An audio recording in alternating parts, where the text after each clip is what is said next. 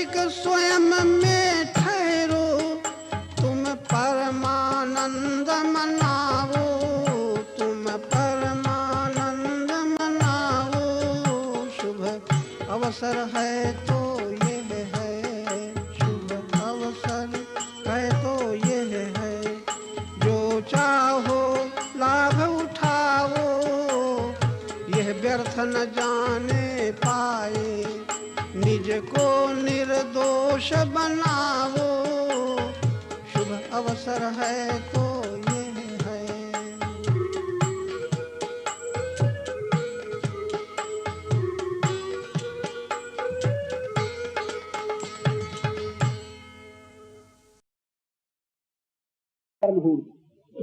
सब लोगों से निवेदन, मेरे कहने का असर शायद आपको न पड़ेगा, क्योंकि अभी सुख की चाह में, सुख की मादकता में डूबा हुआ मन, विनाशी के संग से सम्मोहित बुद्धि, विनाशी के संबंध से सम्मोहित बुद्धि सुनते हुए भी उस सब का संग करने में बाधक बनेगी। कौन बाधक बनेगा? भगवान नहीं। कौन बाधक बनेगा? संसार नहीं। विनाशी के संग से, विनाशी में प्रीति करने वाले मन के द्वारा अहंकार बुद्धि को लेकर के सम्मोहित है।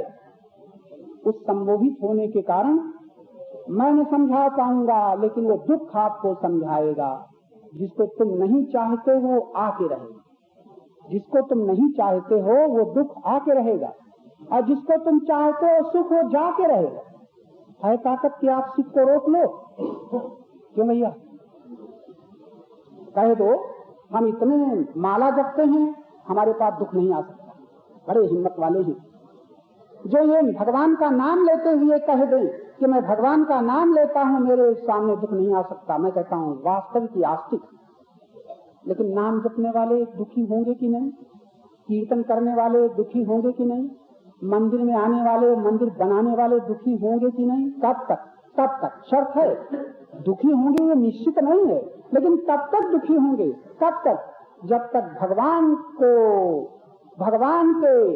भगवान के संदेश, आदेश, निर्देश को न मान करके अहंकार की सीमा में अपनी ही मानते रहेंगे, तब तक भगवान के मंदिरों में जाने वाले, नाम जपने वाले भी दुखी होंगे। आप कह सकते हो मैं भगवान का इतने हजार नाम रोज जपता हूं, मेरे सामने दुख नहीं आ सकता। कह दो ना कोई। भगवान के नाम का आश्रय, राम नाम अवलंबन एकू, नहीं कल कर्म न धर्म विवेकू। जिसने नाम का अवलंबन ले रखा है, भैया आप लोगों ने कम से कम हर एक व्यक्ति यहाँ नाम का प्रेमी बैठा। आप नाम के प्रेमी अब कह दो आज हमारे सामने कि अब मेरे सामने दुख नहीं आएगा। बाबा अब तो नहीं आएगा जी। घर में कोई है कि नहीं? बेटा मर जाएगा, दुख तो नहीं होगा? दुख तो नहीं होगा? धन्यवाद। आप साधु, आप महात्मा हैं, आप विवेक में जागृत हैं। कोई भी एक बालक ऐसा कह सकता है, अगर हिम्मत हो तो एक युवक कह सकता है, और हिम्मत न हो, आसक्ति है, ममता है, अपनापन है, तो वृद्ध भी नहीं कह सकता हमारे सामने। वृद्ध भी नहीं सकता, एक बालक कह सकता है। बालक शायद धोखे से कह देगा कि अभी संयोग ही नहीं हुआ, तुम कहते हो दुख न होगा। तब विश्वास न किया जाएगा, विश्वास न किया जाएगा। बेशक नाम का आश्रय लेने वाले अगर ये कह दें क्योंकि हम भगवान के नाम का आश्रय ले चुके हैं, वियोग आएगा मैं दुखी न होऊंगा, हानि होगी मैं दुखी न होऊंगा, शरीर जाएगा मैं दुखी न हूं, क्योंकि मैंने अविनाशी का आश्रय ले रखा है। बस अब आप पास हैं, फेल नहीं। लेकिन अविनाशी के नाम जपते हुए यदि हमें वियोग का दुख हो सकता है, तो नाम तो हमारी वाणी में अविनाशी का है, लेकिन हमारे मन का संबंध विनाशी से लगा हुआ है। बस इतना ही याद रखने की बात। ये दुख बताएगा कि तुम विनाशी से संबंधित हो, निर्भयता बताएगी कि तुम अविनाशी से संबंधित हो। इतनी ये आपके जीवन दर्शन की बातें बड़ी आवश्यक है। तो देवियों, माताओं, याद रखना, आज से तुम पति को देखो, एक और आंखों से पति के शरीर को देखो, और बुद्धि दृष्टि से पति के उस चेतन स्वरूप आत्मा को भी देखो, उसको देखना न भूलो। एक बात करनी पड़ेगी, एकाएक आज यहीं से तुम निर्भय हो जाओ ऐसा नहीं कहा जा सकता, लेकिन अभ्यास योगी तेन चेतसा नान्यगामिना। अभ्यास करो। अभ्यास पर हमारे भगवान बहुत जोर देते हैं, परम गुरु भगवान। अभ्यास, हम लोगों का अभ्यास गलत पड़ चुका है, बहुत गलत पड़ चुका है।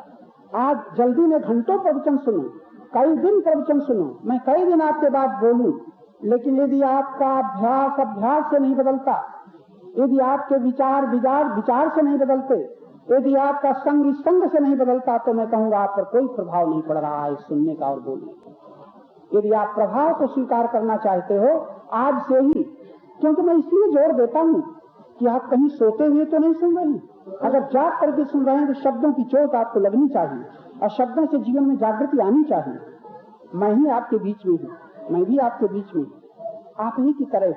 आप हमें भले महात्मा मान लें रंगे कपड़े देख करके, लेकिन मन और शरीर और ये सब कुछ है जैसे प्रकृति आपकी तैसे ही। फर्क इतना हो सकता है, यदि हम ज्ञान में सावधान हैं तो जहाँ आप दुखी होंगे वहां हम दुखी नहीं होंगे, और आप अगर ज्ञान में सावधान हैं तो आपके भले रंगे कपड़े न हो, आप इन्हीं कपड़ों में सन्यासी हो सकते, इन्हीं वस्त्रों में आप वीतराग हो सकते, इन्हीं वस्त्रों में आप सत्संगी हो सकते हैं। शायद इन वस्त्रों में मैं सन्यासी नहीं हो सकता, केवल रंगे कपड़े में मैं सन्यासी नहीं हो सकता।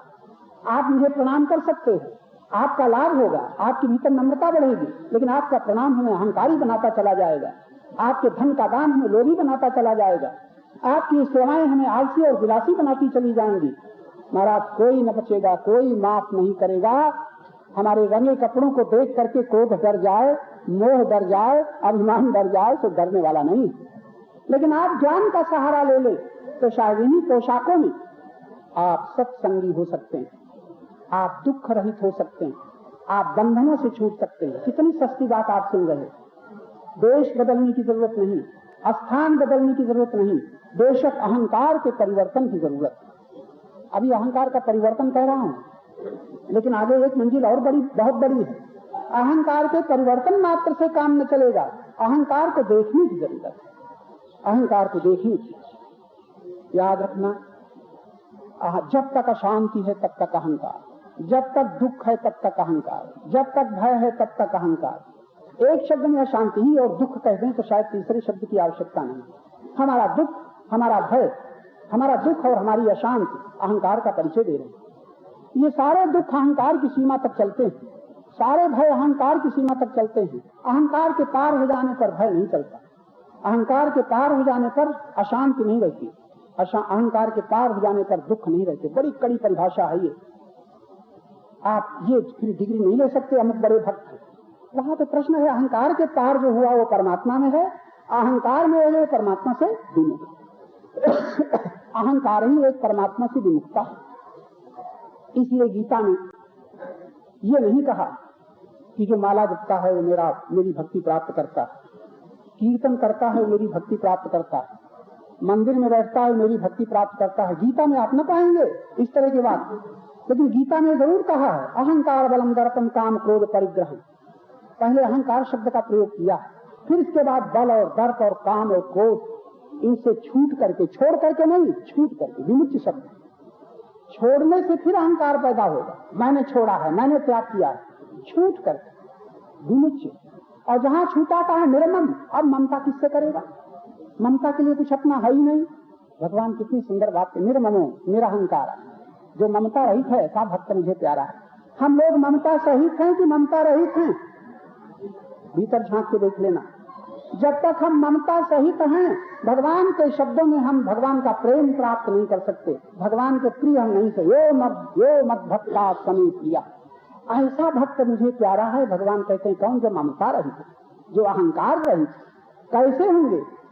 जंगल जाकर के नहीं, आश्रम बना करके नहीं, कुटिया में बैठ करके नहीं, भीतर की कुटिया में घुस करके एक बार हम दर्शन करना शुरू करेंगे।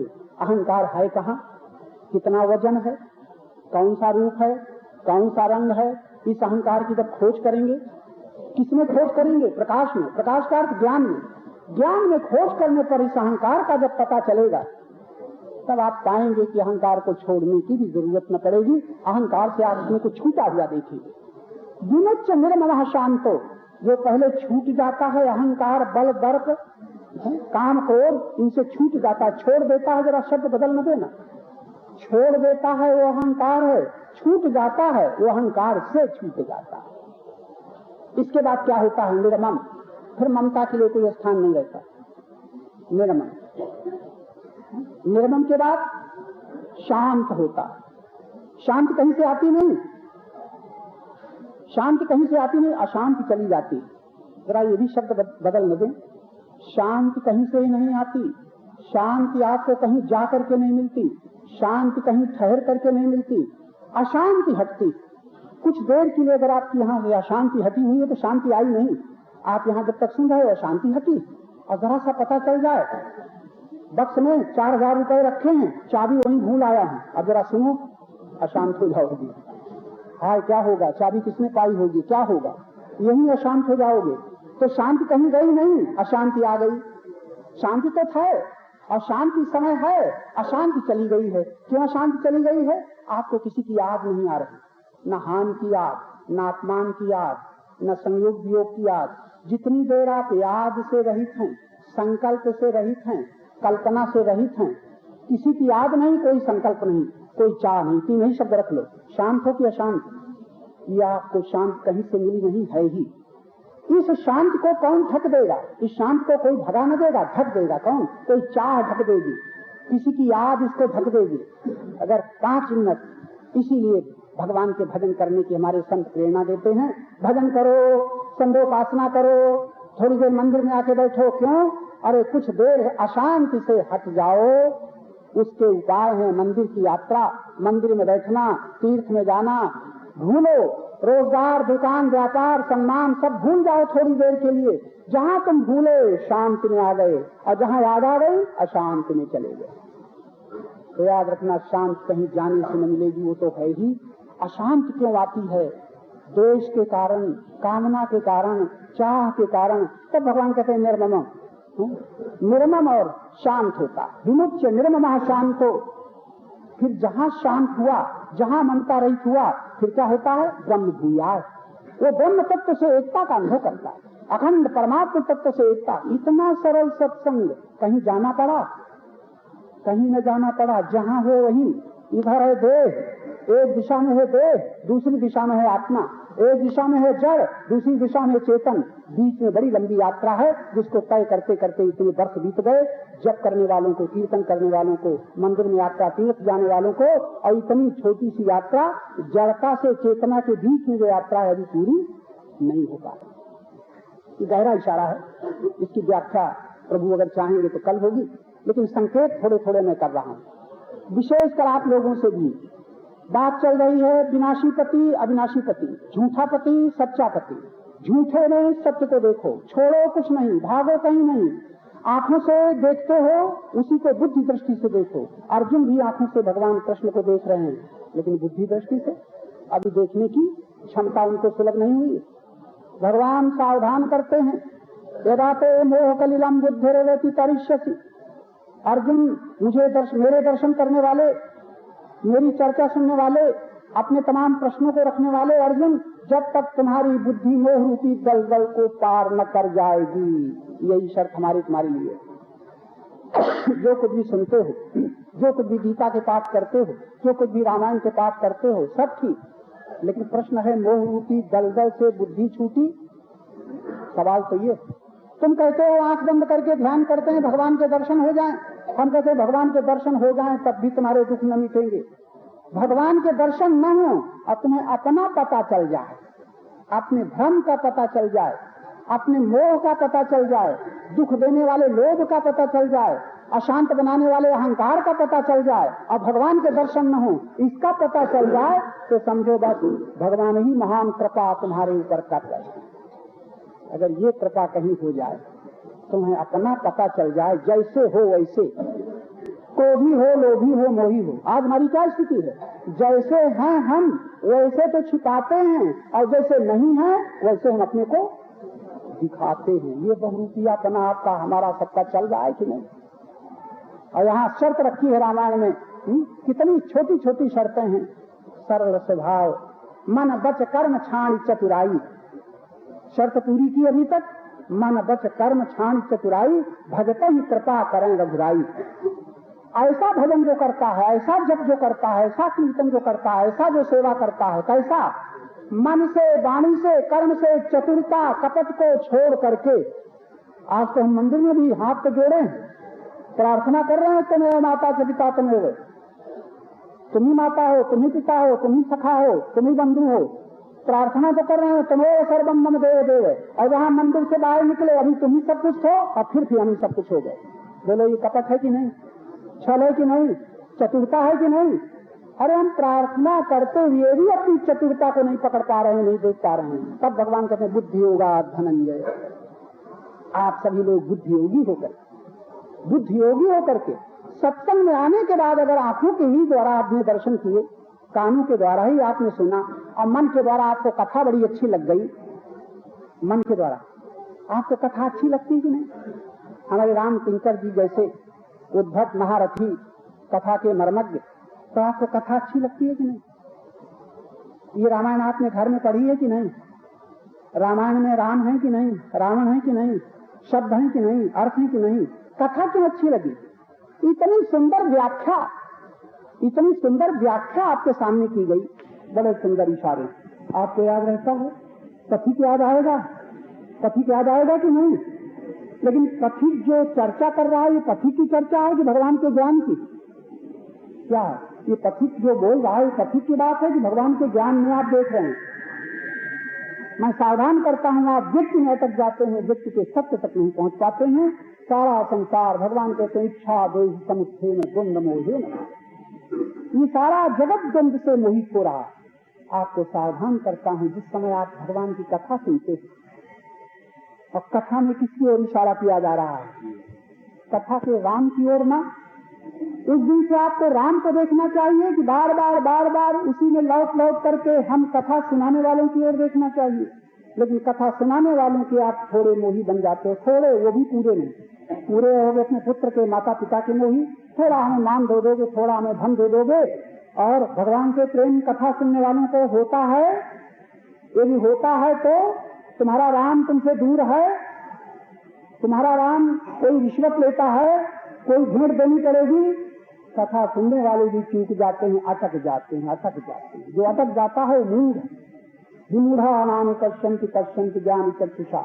आपका मन कहीं अटक जाता है, आपकी बुद्धि कहीं अटक जाती है, अहंकार अटका हुआ है। जहाँ तक अटका हुआ है मूढ़ता है, इस मूढ़ता को पार करने पर दर्शन का द्वार खुलेगा। मैं साधकों को केवल सावधान कर रहा हूँ, सजग हो जाए। दूसरे शब्दों में ज्ञान चक्षु जब खो जाते हैं तब दृष्टा के उद्गार क्या होते हैं? जहाँ देखता तुम हो, जहाँ देखता तुम हो।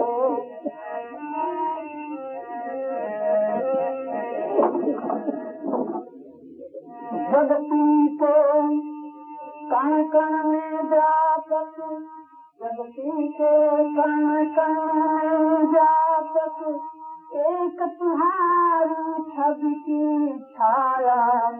अणु में माया महान की, अणु में माया महान की, दूर दूर में सिंधु समाया, दूर दूर में सिंधु समाया। तुम महान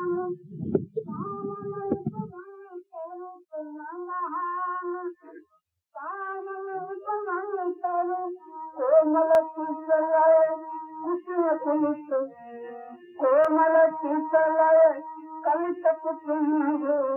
जहाँ देखता तुम ही तुम हो, जहाँ देखता तुम ही तुम हो। जहाँ देखता तुम ही तुम हो।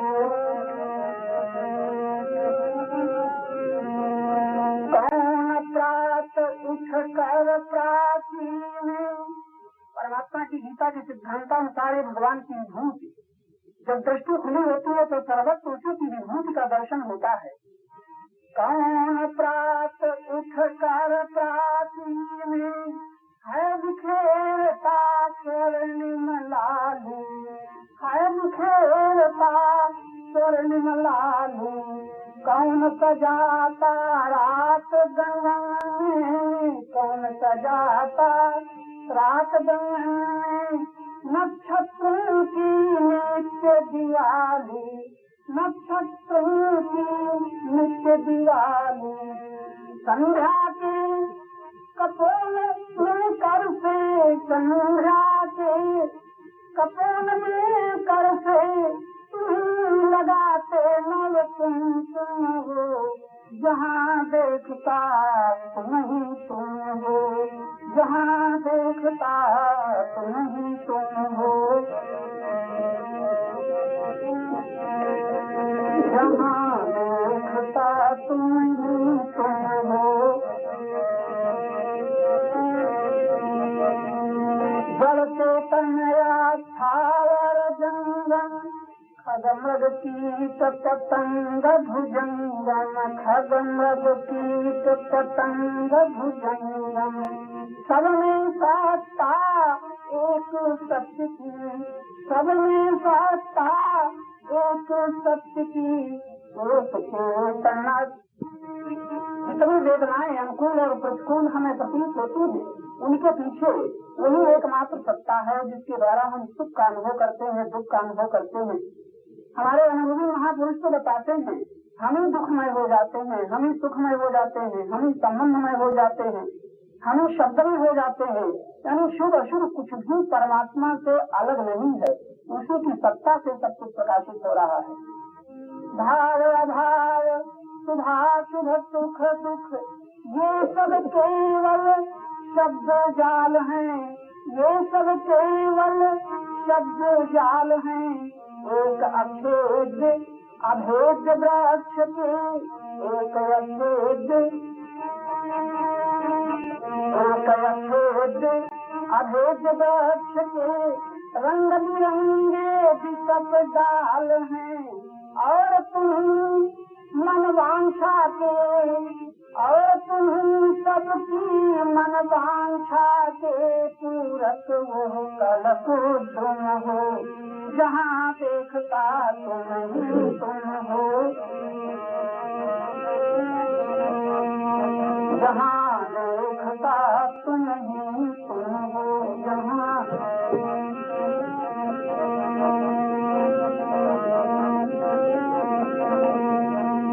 सुधा मात्र यदि तुम वसुधा पर। अगर अमृत है तो विष्णु कौन है? अगर राम में परमात्मा है तो रावण में कौन है? रावण के पीछे वही एक सत्ता है जो राम के पीछे परम सत्ता है। सुधा मात्र यदि तुम वसुधा पर, गरल कहाँ से कैसे आया, गरल कहाँ से कैसे आया, सत से असत अचेतन चित्त से।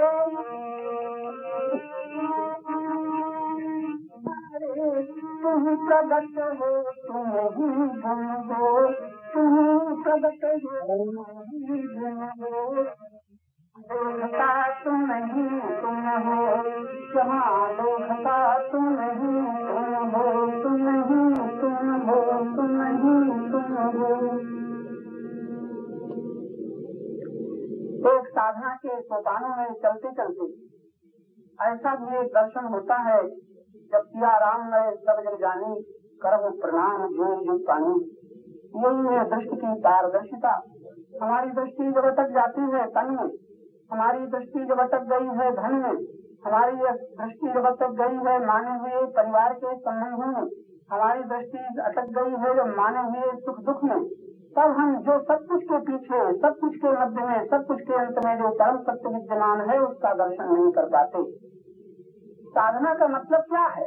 हमारे भीतर ही कुछ ऐसे पर्दे हट जाना, हटते जाना, ऐसी कुछ जटिलताएं हटते जाना। जटिलता का मतलब है जैसे नारियल के ऊपर जटाएं होती, नारियल सुंदर, नारियल के भीतर गरी बड़े सुस्वाद रूप में छिपी हुई है, लेकिन उसके ऊपर खोल है, उसके ऊपर फिर जटाएं हैं।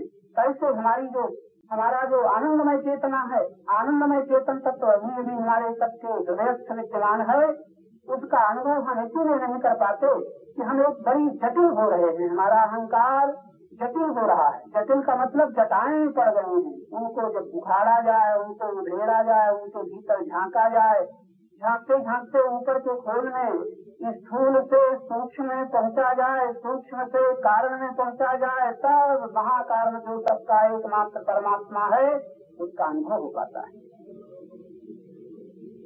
इस प्रातःकाल की बेला में हमारी बुद्धि अभी प्रपंच के कंपनों से नहीं थकी हुई, इसीलिए हम जितना शांत और स्वस्थ अंतरस्थ होकर के प्रतिष्ठ होकर के हृदयस्थ होकर के आत्मस्थ होकर के ये जो चर्चा हम सुनेंगे तो मानो कभी नहीं, अभी अभी हम उसी में अपने को पाएंगे जो सबका अखंड अनंत नित्य सत्य विद्यमान है। एक बार वशिष्ठ जी काकभूषुंड के यहाँ गए। काकभूषुंड के यहाँ बड़ा लंबा संवाद है योग वासिष्ठ में, और उनसे पूछा तुम्हारी इतनी आयु कैसे, कहाँ से? तो विस्तार तो बहुत बड़ा है। हमें वहाँ की कुछ शब्द बड़े सुंदर लगे जो आप लोगों के सामने रखा जा रहा है। उन्होंने पूछा तो क्या करते हो, किसकी उपासना करते हो? जो सब प्रलय हो जाते हैं, सब कुछ हो जाते हैं, तुम जो करते हो बने रहते हो। तो उन्होंने बड़े विस्तार से बताया कि मैं किसकी उपासना कर रहा हूँ। तो श्लोक है, श्लोकों का अर्थ ही हम कहेंगे पुष्पस्याम तनिवा मोदः प्राणस्याम सर्वस्थितम् न सप्राणं नवापानं चिदात्मान उपासमहे। बड़े सुंदर शब्द है योग वासिष्ठ में। जिस प्रकार पुष्प के अंदर सुगंध रहता है, पुष्प के अंदर सुगंध दिखाई नहीं देता। आप कहते हैं निराकार साकार, अरे आंखों से दिखने वाला एक पुष्प का आकार है, लेकिन उस आकार में सुगंध निराकार है। जैसे सुस्वादु भोजन करते हो तो लड्डू का, जलेबी का, रसगुल्ला का आकार है, और उसके बाद उसके भीतर जो स्वाद है वो निराकार है। जैसे हमारे पीठ में कोई डंडा मारे तो डंडा आंखों से दिखने वाला आकार है, और डंडा से लगने वाली चोट निराकार है।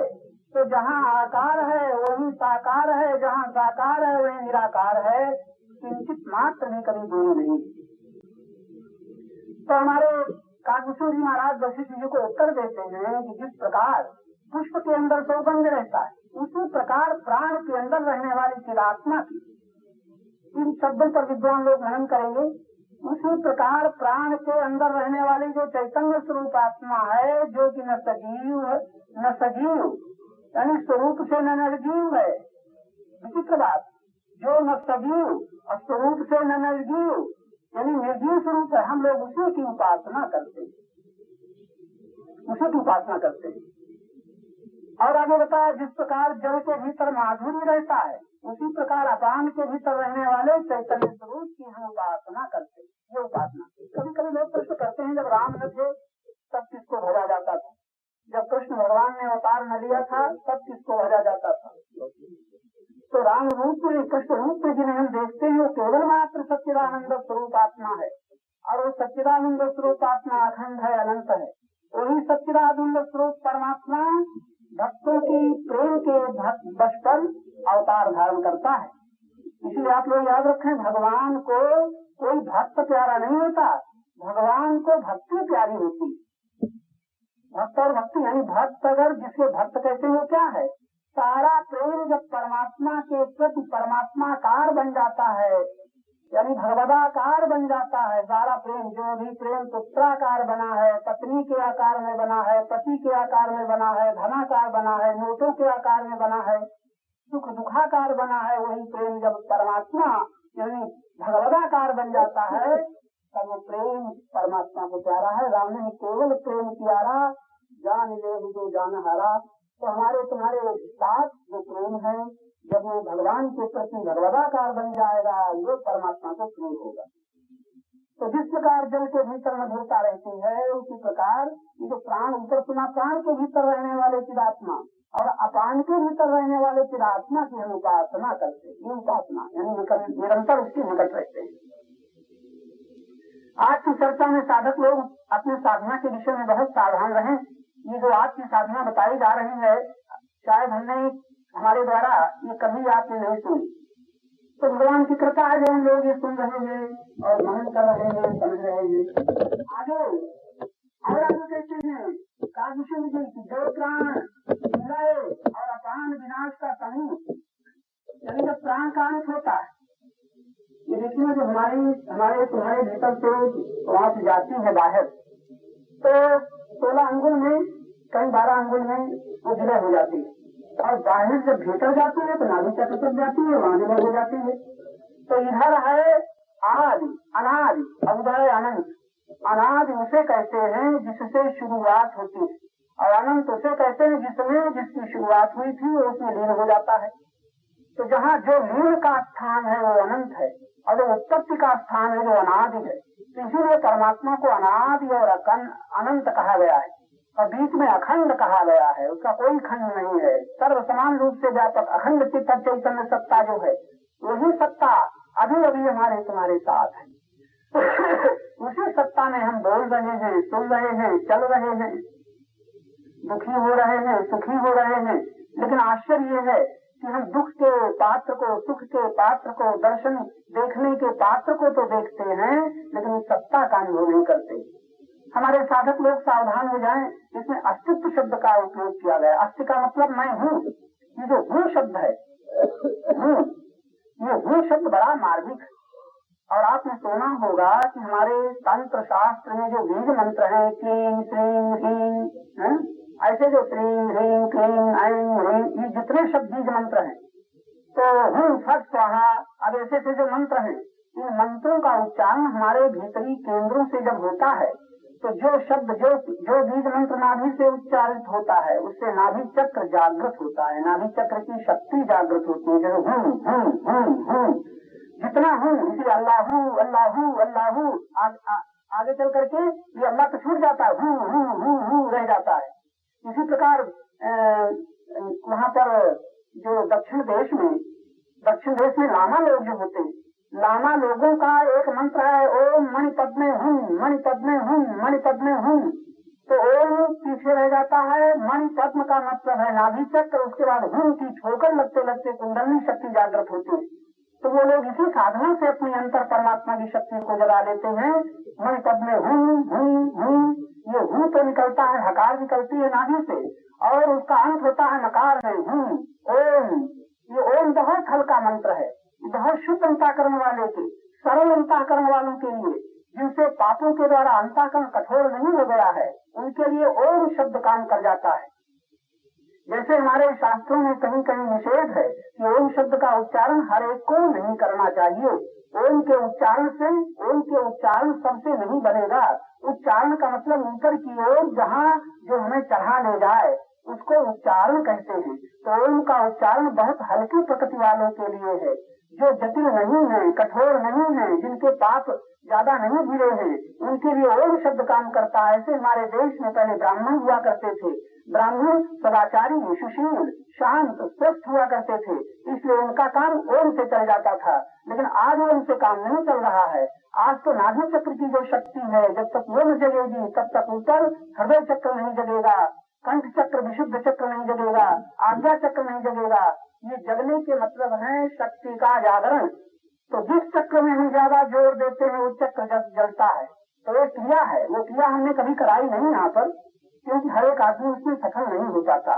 अगर 10 मिनट तक आप जोर से प्राण भर करके, श्वास भर करके, पूरी श्वास भरो और इस तरह कहते रहो, तो 10 मिनट पूरी गहरे श्वास लेने के बाद नाभि चक्र की शक्ति जागृत हो जाती है। लेकिन इसमें जागृत होने पर शरीर पर अपना काबू नहीं रहता, इसलिए वो क्रिया हर एक साधक से नहीं कराई जाती। आपसे इशारा किया जाता है कि जब हम भगवान का नाम जपते हैं, बड़ा सरल साधन है। नाम जपते जपते किसी प्रकार हमारी शक्ति और हमारी प्रीति जब नामाकार बन जाएगी, भगवदाकार नहीं नामाकार, और नाम के अनुसार रूप का चिंतन करते करते जब हमारी प्रीति साकार बन जाएगी, रामाकार, कृष्णाकार, भगवती के आकार बन जाएगी, तो ये संसाराकार नहीं रह जाएगी, विषयाकार नहीं रह जाएगी, पुत्राकार, पति के आकार में नहीं रह जाएगी। इसीलिए हमारे साधकों को ध्यान बताया जाता है, कृष्ण रूप का ध्यान करो, राम रूप का ध्यान करो, गुरु के रूप का ध्यान करो। अब देखो, आपकी प्रीति जो अपने अपने गुरुओं पर है, तो गुरु की आकृति याद आती है, गुरु की मूर्ति आप रखते हैं। लेकिन आजकल तो बहुत नीचे स्तर में खाली फूल चढ़ा दिए, माला पहना दिया, लेकिन शुरुआत वहीं से होती है। पुष्प चढ़ाना चाहिए, माला पहनाना चाहिए, आरती करना चाहिए। क्यों? उतनी देर आपकी वृत्ति गुरुमय बन जाएगी, उतनी देर आपकी वृत्ति पूजा करते करते राममय बन जाएगी, पूजा करते करते कृष्णमय बन जाएगी। लेकिन जीवन भर जब उसी में अटके रहोगे, तो उधर तो प्रीति थोड़ी राममय बनी, कृष्णमय बनी, गुरुमय बनी, और जब प्रपंच में गए तो वही प्रीति धनमय बनी है, तनमय बनी है, परिवार में बनी है, बस यही गड़बड़ है। जारी न चाहिए कबहु कछु तो सन सहज सनेश। जब वो सहज हो जाएगा स्नेह भगवान के प्रति, तब हृदय में निवासित, हृदय में विद्यमान परमात्मा का अनुभव हो पाता है। इसलिए युक्तियां हैं साधकों के लिए। तो भगवान बस वो गरुड़ जी कहते हैं उस चिरात्मा की, उस चैतन्य स्वरूप आत्मा की हम उपासना करते हैं। आगे कहते हैं जो प्राण विलय और अपान विनाश का समीप एवं अंत में रहकर प्रकाशित है। बड़ी विचित्र बात है, जहाँ प्राण का अंत होता है और जहाँ प्राण नष्ट हो जाता है, उसके बीच में, उसके आरंभ में, उसके अंत में जो शुद्ध चैतन्य स्वरूप आत्मा है, जो सबको प्रकाशित करता है, तथा जो प्राण के भीतर रहता है, श्वास हमारी जा रही है भीतर, यहाँ पर भी वही परमात्मा, श्वास हमारी बाहर निकल रही है, वहाँ पर भी वही परमात्मा। तो हम लोग वशिष्ठ कहते हैं हम लोग उस चिरात्मा की उपासना करते हैं, चैतन्य स्वरूप आत्मा की उपासना करते हैं। और बताया जो प्राण व्यापार में, जीव के व्यापार में, यानी प्राण के व्यापार में, जीव के व्यापार में निमित्त है। जरा ध्यान देना, अगर हमारी श्वास की गति बंद हो जाए तो हमारा चलना फिरना उठना बैठना सब समाप्त हो जाएगा। लोग कहते हैं हार्ट फेल हो गया, श्वास बंद हो गई। एक ऐसा समय आएगा, अभी आ सकता है, सब घंटे भर बाद आ सकता है, 10 वर्ष बाद आ सकता है, क्या आ सकता है, एक श्वास निकलेगी फिर लौटेगी नहीं, बस इसी का नाम तुम मृत्यु रखते हो। श्वास का न लौटना, श्वास का लौट आना जिंदगी और श्वास का न लौटना मौत। ये दो मुहूर्तों में, यानी 2 बिंदुओं में जीवन और मृत्यु का सवाल है। श्वास भीतर चलने लग गई, कहते हो जी रहा है, श्वास बंद हो गई, मर गया। तो जो प्राण के व्यापार में, जीव के व्यापार में जो केवल निमित्त है, उसी के द्वारा सारा व्यापार हो रहा है। उस चिदात्मा की, चैतन्य स्वरूप आत्मा की हम लोग उपासना करते। और आगे जो मन के, चित्त के, बुद्धि के, अहंकार के व्यापार में निमित्त है, इतना सरल है। आप लोग अगर सोच पा रहे होंगे, इसी क्षण देखो तुम्हारा मन जो चंचल है, उस चंचल के पीछे स्थित चेतना है, चेतन तत्व है। तुम्हारी बुद्धि में जो तरह तरह के विचार उठ रहे हैं, उस बुद्धि के पीछे अखंड नित्य चेतन तत्व है। तुम्हारे अहंकार के पीछे यह अहंकार कितना कर्ता बना हुआ है, इस अहंकार के बीच में, अहंकार के मध्य में, अहंकार के आरंभ में, अहंकार के अंत में जो चैतन्य स्वरूप आत्मा है, निमित्त भूत है, उसी के रहने से ये सब क्रिया हो रही है। उस चैतन्य स्वरूप आत्मा की हम लोग उपासना करते हैं।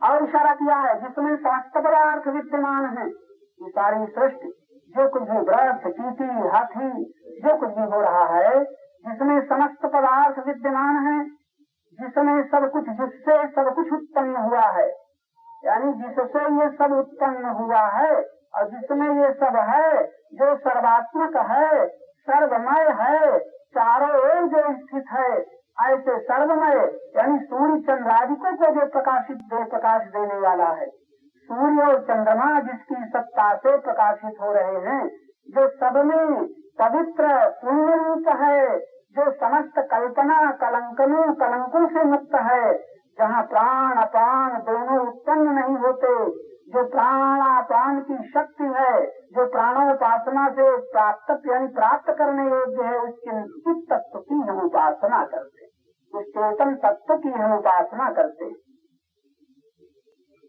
आप लोग फिर थोड़ा सावधान हो जाएं। आज की साधना की बात, हमें जब से इसका पता चला तो हमें फिर क्या होता है, कुछ करने की जरूरत नहीं रहती। ये प्राणोपासना इसका नाम है। आज जो आपने चर्चा सुनी, इसको कहते हैं प्राणोपासना। जैसे साकारोपासना, जैसे जो किसी वस्तु के निकट अपने को पाए, वो कहते उसका उपासक, तो इसका नाम है प्राणोपासना। प्राणोपासना के लिए किसी मंदिर की जरूरत नहीं है, प्राणोपासना के लिए किसी माले की जरूरत नहीं है, प्राणोपासना के लिए पुष्प और धूप की जरूरत नहीं है। लेकिन इसका मतलब ये न समझ लेना कि ये सब बेकार है। अपने अपने स्थान में ये भी विज्ञान है, धूप क्यों जलानी चाहिए, दीपक क्यों जलाना चाहिए, और घी का ही दीपक क्यों जलाना चाहिए। अरे मिट्टी के दीपक में, सरसों के तेल के दीपक में और घी के दीपक में बड़े अंतर हैं। घी के दीपक से आपके नेत्रों की ज्योत विचित्र ढंग से शीतलता आएगी, लेकिन शीतलता और बात है और ठंडक और बात है। लेकिन मिट्टी का तेल जलाओगे दिमाग खराब होगा। कड़वा तेल में भी नेत्रों को बल मिलेगा, लेकिन तीव्र शक्ति है। इसलिए मुसलमान लोग मस्जिद में लुबान जलाते हैं। लुबान की गंध के दूसरी शक्तियाँ आकर्षित होती हैं। हवन सामग्री से ये धूप दीप है, इससे दूसरी शक्तियाँ आकर्षित होती हैं। पुष्प का संबंध देवताओं से, लाल फूल का पुष्प का संबंध और देवता से, पीले पुष्प का संबंध और देवता से, नीले पुष्प का संबंध और देवता से। इसलिए पुष्पों का भी विधान है, घंटा बजाने का भी विधान है। लेकिन आजकल हम लोग तो कवायद की करते हैं, उसके मर्म को, रहस्य को नहीं जानते हैं। तो आज की चर्चा में जहाँ आप सब तरह की उपासना करते हो उसमें अटक न जाओ, जबकि तुम्हें किसी की अपेक्षा न रह जाए। ऐसा एक समय आ जाए तुम्हें किसी वस्तु की, किसी व्यक्ति की, किसी साधन की जरूरत न रह जाए। कल मैंने बताया था अपेक्षा रहित, अनपेक्षा, शिथिल दक्षा, उदासीनो गतव्य था, कि किसी की अपेक्षा नहीं रखता। इतनी वृत्ति उसकी शांत है, पवित्र है, और पवित्रता के कारण हर एक कार्य में दक्ष है, कुशल है। फिर उसी को तो गतव्य था, कोई व्यथा उसके जीवन में नहीं आती। ऐसा भक्त भगवान को, भगवान कहते हैं ऐसा भक्त मुझे प्यारा है। लेकिन जब तक ये विवेक न होगा तो मंदिरों और उपासना गृहों में बैठने का कोई मूल्य नहीं दिखाई पड़ रहा है। ये हमारे तुम्हारे हाथों में ली गई मालाएं प्रायः झूठी साबित हो रही हैं। हमारी मालाएं तो पूरी हो जाती हैं, लेकिन प्रेम आज तक पूरा नहीं हो रहा है। हमारे माला की संख्या तो पूरी हो जाती है, लेकिन भावना की पूर्ति आज तक नहीं हो रही है, क्योंकि हमारा भाव बिखरा हुआ है। हमारा भाव जैसे किसी की कीमत, किसी के पास पूंजी हो और पूंजी कुछ कपड़े में लगा दे, कुछ समाज में लगा दे, कुछ लोहा में लगा दे, कुछ सीमेंट में लगा दे, तमाम सामान इकट्ठा करता जा रहा है, पूंजी उसमें फंसती जा रही है। और एक ऐसा समय आ जाए कि मकान बनाने के लिए पैसा ही न रह जाए। तो सामान तो इकट्ठा हो गया, अब मकान बनवाने के लिए पैसा नहीं। कैसे ही हम लोग थोड़ा थोड़ा सामान इकट्ठा करते हैं साधना का, जब भी करने लग जाते हैं, माला भी ले लेते हैं, आसन भी ले लेते हैं, मंदिरों में बैठने भी लग जाते हैं, लोग मस्जिदों में जाते हैं, लोग गिरजाघरों में जाते हैं। ये सब कुछ हो रहा है, लेकिन तब तक ये सब झूठ मालूम होता है जब तक विचारों के आंतरिक प्रवाह से हम मुक्त नहीं होते। हमारे विचार क्या होते? जब हम आंख बंद करके बैठते हैं, जब हम माला लेते हैं, हाथ में तो माला होती है और मन अपने उन्हीं दिशाओं में चंचल बना रहता है जिनसे कि हमारा संबंध है। मानो भगवान ने कह रहे हैं, उपासना करने वालों, मेरा नाम जपने वालों, मेरा कीर्तन, मेरा ध्यान करने वालों, तुम इसके पहले झांक लो कि तुम्हारा संबंध किससे है। तो मन में जो भरा है उसी की याद आती है। अगर ये कुछ न रह जाए, जैसे आपके मन में इतना बड़ा भारतवर्ष है, इतनी बड़ी आबादी है एक एक नगर में, लेकिन आपका संबंध जिससे नहीं, उसका पर कोई प्रभाव नहीं, जिससे संबंध उसी का प्रभाव है। तो हम यंत्रवत विचारों के प्रवाह में हमारा मन बहता रहता है और हम उसी प्रवाह में बैठे बैठे कभी चिल्ला पड़ते हैं कि मन बड़ा चंचल है, भजन में मन नहीं लगता। तो रुपया गिनने में तो लगता है, किसी प्रिय संबंधी से प्रेमालाप करने में तो मन लगता है। आज भगवान के भजन में इसलिए मन नहीं लगता है कि भगवान कह रहे हैं तुम प्रिय तो फंसाए हो संबंधियों में, प्रिय तो फंसाए हो अपने संपत्ति में, प्रिय तो फंसाए हो जिन्हें तुम अपना मानते हो। तो भीतर भीतर तो मेरा मेरा कह रहे हो, धन संपत्ति परिवार, और ऊपर ऊपर भगवान। भीतर से तो मम्मी हमारी है, पापा हमारे हैं, भैया हमारे हैं, मकान हमारा है, ये साड़ी चप्पल हमारी है। भगवान जाने कितने हिस्सों के बाद ऊपर ऊपर भगवान भी हमारे हैं, राम हमारे, कृष्ण हमारे।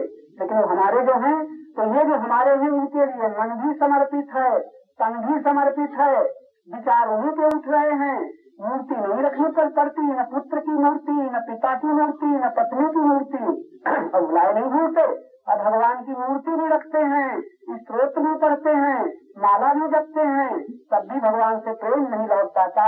तो भगवान मानो कह रहे हैं कि ऐ साधको, तुमने प्रेम तो भर लिया है संसार को और ऊपर से ध्यान का बहाना कर रहे हो। तो भगवान दिखाते हैं अगर तुम इससे मुक्त हो जाओ, इससे अपना संबंध तोड़ लो, बाहर कुछ न छोड़ना पड़ेगा, बाहर कुछ न छोड़ना पड़ेगा। भीतर से केवल अपनेपन का संबंध हटा लेना पड़ेगा, और अपनेपन का संबंध हटाने से उनसे नफरत न करनी पड़ेगी, बल्कि प्रभु के दिए दिए ये सब आत्माएं हैं, प्रभु की आत्माएं हैं। पुत्र रूप में प्रभु की आत्मा है, पति के रूप में प्रभु की अविनाशी आत्मा, पत्नी के रूप में परम प्रभु की अविनाशी आत्मा। अगर आपकी दृष्टि साथ दे रही हो तो अपने संबंधियों के शरीरों के पीछे रहने वाले चेतन स्वरूप आत्मा को पहचानो, उसको कहो कि मेरे अविनाशी आत्मा मेरी है, न कि ये शरीर मेरे हैं। हाड़ मास के पुतले मेरे, और हाड़ मास के पुतलों में जो प्रकाशित है चैतन्य आत्मा, वो मेरा नहीं प्रतीत होता। यही कारण है हमारे दुखों का, हमारे बंधनों का। तो हमारे साधक याद रखें, जब तक हम इन विचार तरंगों से मुक्त नहीं होते, विचार तरंगों से मुक्त होते ही, भावना की लहरों से मुक्त होते ही, संकल्पों के छूटते ही, हम जहाँ कहीं हैं वही हमारे लिए मंदिर हो जाएगा, वही हमारे लिए। और जब हम कार्य करेंगे वही हमारी माला बन जाएगी, और उस सब के बीच में, कार्य के बीच में, स्थान में जो हमारी चैतन्य स्वरूप आत्मा का स्मरण होगा, यही भजन बन जाएगा। तो सज्जनों, ये साधकों के लिए भजन है। एक पत्नी थी, तो एक महात्मा के पास गई। वो गई नहीं, एक बाबा थे, साधक थे, और वो सिख थे। तो सिखों की आदत होती है, जैसे हमारी आदत है, हमारी लोगों की आदत है, तो सवेरे सवेरे गुरु ग्रंथ का पाठ करने लग जाते थे, बड़ी जोर से पाठ करते थे। तो उन्होंने, एक पति जो महोदय थे, तो एक दिन महात्मा के पास पहुंचे, कहा महाराज थोड़ा हमारी पत्नी को समझा दो, हमारी पत्नी हमारी धर्म साधना में श्रद्धा नहीं रखती। हमारी धर्म साधना का पाठ क्या, हम गुरु ग्रंथ साहब का पाठ करते हैं 4:30 बजे उठ करके, तो वो श्रद्धा नहीं रखती। मना तो नहीं कर सकते, लेकिन वो श्रद्धा नहीं उसकी, तो थोड़ा आप उसे समझा दें तो बड़ा अच्छा। अच्छा भाई, महात्मा ने सुन लिया। दूसरे दिन महात्मा उसके घर पहुंचे, तो घर जाते ही घर की बगिया के बाहर उसकी पत्नी मिल गई महात्मा को। तो उस साधु ने पति के समय में पूछा, तुम्हारे पति कहाँ है? तो पहले दिन उसने कहा था साधु ने तुम्हारी पत्नी को समझा दो, तो पत्नी मिल गई। पत्नी से पूछा, तुम्हारे पति कहाँ है? पत्नी ने कहा, जहाँ तक मैं समझती हूँ इस समय किसी चमार की दुकान में झगड़ा कर रहे होंगे। पत्नी ने कहा, इस समय किसी चमार की दुकान में झगड़ा कर रहे होंगे। उधर पति उपासना गृह में बैठे हुए थे, धुंधला समय था, सवेरे का जैसे इस समय है। पति पास ही अपने बनाए हुए उपासना गृह में माला फेर रहे थे। जब इसको सुना कि पत्नी क्या कर रही है, चमार की दुकान में कहीं झगड़ा कर रहे होंगे, उनसे सहा नहीं गया, वो एकदम बाहर आ गए और कहने लगे, अरे बिल्कुल असत्य है, मैं तो अपने मंदिर में था, और ये पत्नी कह रही है कि चमार की दुकान में झगड़ा कर रहे होंगे, मैं तो अपने मंदिर में बैठा था। साधु भी हैरान हुआ कि देखो, ये तो कह रही है कि झगड़ा कर रहे होंगे चमार की दुकान में, और तो अपने उपासना गृह से निकला। पत्नी बोली कि जहाँ तक, पत्नी उसे पति से कहने लगी, क्या सचमुच तुम उपासना गृह में थे? तुम माला तो जप रहे थे, क्या तुम्हारी हाथ में माला, ये हाथ में तो माला थी, लेकिन तुम्हारा मन मंदिर से और कहीं नहीं था? पति को होश आया और वो कहने लगा, सच ही वो माला फेरते फेरते चमार की दुकान में मन चला गया था, क्योंकि मुझे जूते खरीदने थे। और पत्नी ने ऐसा क्यों कहा कि रात को पति ने कह दिया था सवेरे हमें जूता खरीदने जाना है, तो पत्नी जानती थी कि रात में जो संकल्प करके लेते हैं, ये सवेरे दुकान में इनका मन पहुंच गया होगा, भाव तोड़ने इनका आदत थी, बहुत आदत थी, यदि झगड़ा की। तो जूते खरीदते थे, रात में उसकी पत्नी ने कहा था कि मैं सुबह होते ही उन्हें खरीदने चला जाऊंगा। तो विचार में तो था चमार की दुकान और हाथ में थी माला, ऊपर से भजन, तो इस तरह से मेल तोड़ने को झगड़ा ही हो रहा था। पति बेचारा चुप रह गया। इसीलिए हमारे संत कहते हैं कि कम से कम विचारों को छोड़ो और निर्विचार होकर के रहो, विचार रहित होकर के देखो, तो क्या होगा, जहाँ तुम हो वहीं प्रभु का आगमन हो जाता है। साधक को ध्यान दो, जहाँ तुम हो वहीं प्रभु का आगमन हो जाता है। उसे खोजने तुम कहाँ जाओगे? अरे जिसे तुम जानते नहीं हो, जिसे तुमने देखा नहीं है, उसे तुम कैसे खोजोगे सिवाय इसके कि तुम कल्पना करोगे और तुम्हारी पीठ कल्पनाकार बन जाएगी। कल मैंने बताया था, मन में संकल्प करने की बहुत महान शक्ति है।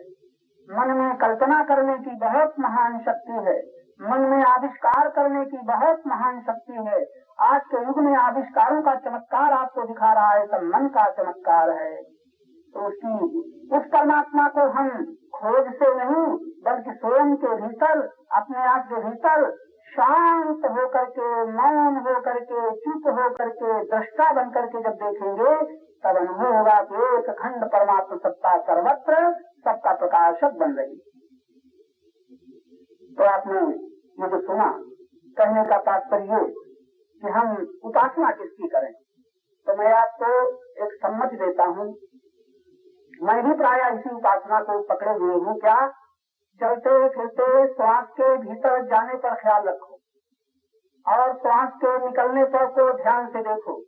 लेटे हो तो, बैठे हो तो, और एक भीतर भीतर प्रश्न कर दो कि मैं जब ध्यान नहीं देता तब भी श्वास चलती रहती है, मैं जब कहता हूँ सो गया तब भी श्वास चलती रहती है, मैं किसी से लड़ता हूँ, किसी से प्रेम करता हूँ तब भी श्वास चलती रहती है। क्या श्वास मैं चलाता हूँ? उत्तर मिलेगा नहीं। तो श्वास जिसके द्वारा चलती है वो परमात्मा प्राण के पीछे विद्यमान है, उसको कहाँ खोजोगे? आप कहोगे भगवान कहीं मिल जाए, भगवान आपकी शक्ल में मिल जाए ना, तो भगवान की आपने कल्पना कर ली। कल्पना के भगवान जो मिलते हैं, कल्पना के भगवान ऐसा हो न मिले। क्योंकि बड़ी विचित्र बात है कि जो मनुष्य में एक ऐसी शक्ति है, उस शक्तियों के द्वारा जो कुछ भी वो सोचेगा, जैसा भी कल्पना करेगा, वैसा ही उसके सामने आ जाएगा। क्यों? इसलिए कि जीवात्मा का एक छोर है, जीवात्मा का एक छोर तो देह है और दूसरा छोर परमात्मा है। थोड़ा इसको सोच लें, अभी सोचें, ये तुम जो देह को देख रहे हो, एक छोर तो ये हुआ, लेकिन जिस चेतना में, जिस चैतन्य सत्ता में देख रहे हो, दूसरा छोर वो हुआ। बीच में है अहंकार और बीच में अहंकार की हो रही यात्रा, और यात्रा करते करते, लाखों शरीरों को धारण करते करते आज ऐसी जगह पर हम लोग पहुँचे हैं कि जहाँ पर ये इस तरह का विचार कर रहे हैं। लाखों आदमी इस तरह का विचार न करेंगे, इस तरह का विचार न सुनेंगे, उनकी समझ में नहीं आएगा। तो आप शांत होकर के कभी कभी इस देह को देखा करो, एक छोर में देह है और दूसरे छोर में परमात्मा है। परमात्मा का जो भाग दृश्य है, दिखाई देता है, वही प्रकृति। परमात्मा का जो साकार रूप है वो प्रकृति, और प्रकृति का जो भाग अदृश्य निराकार है वही परमात्मा है। बताइए कितनी दूरी हुई? परमात्मा का दिखने वाला भाग प्रकृति और प्रकृति का न दिखने वाला भाग परमात्मा। इस तरह से आप अपने भीतर खोज करें, प्रकृति का न दिखने वाला भाग परमात्मा। बड़ी सुंदर बात हमें संतों से मिली है।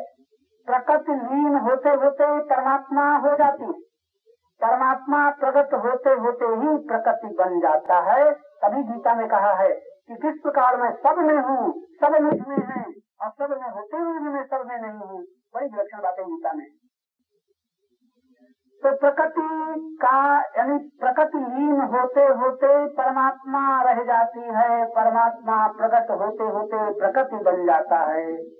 अब बताइए क्या दूरी है?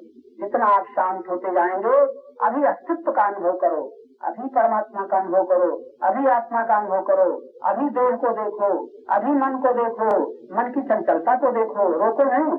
शक्ति के द्वारा मन में गति चल रही, लेकिन हम तो लड़ते हैं। हमको याद रखना चाहिए कि जिन शक्तियों से हम लड़ते हैं वो हमारी ही है, दूसरे की नहीं है। क्रोध करते हैं तो क्रोध किसका है, लोभ किसका है? हमारी ही शक्ति मय बन गई है, क्रोधमय, लोभमय, मोहमय बन गई है। लड़ने से क्या होगा? अपने आप से लड़ेंगे और इससे राग द्वेष बढ़ेगा, विषमता बढ़ेगी, जीवन नर्क बन जाएगा। लेकिन जो समत्व योगी है, गीता के सिद्धांतानुसार योग साधना करते करते जो समता में पहुंच गया है, तो समस्त योगी दोनों को स्वीकार करता है। वो लड़ता नहीं, विषमृत दोनों को देखता है और विषमृत के पीछे विषमृत के प्रकाशक को देखता है। तो आप लोग ये बराबर याद रखें।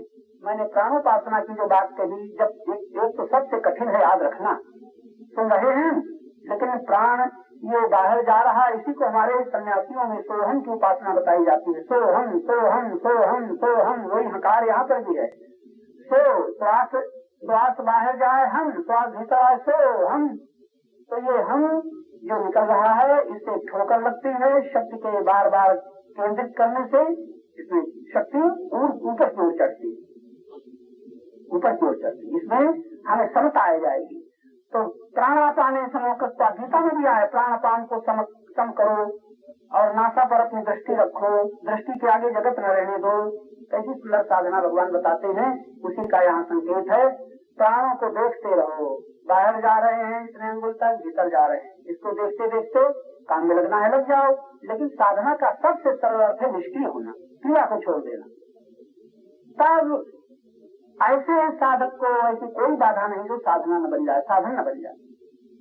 लेकिन याद रखना, अगर अज्ञान है तो ऐसा कोई साधन नहीं जो बाधक न बन जाए।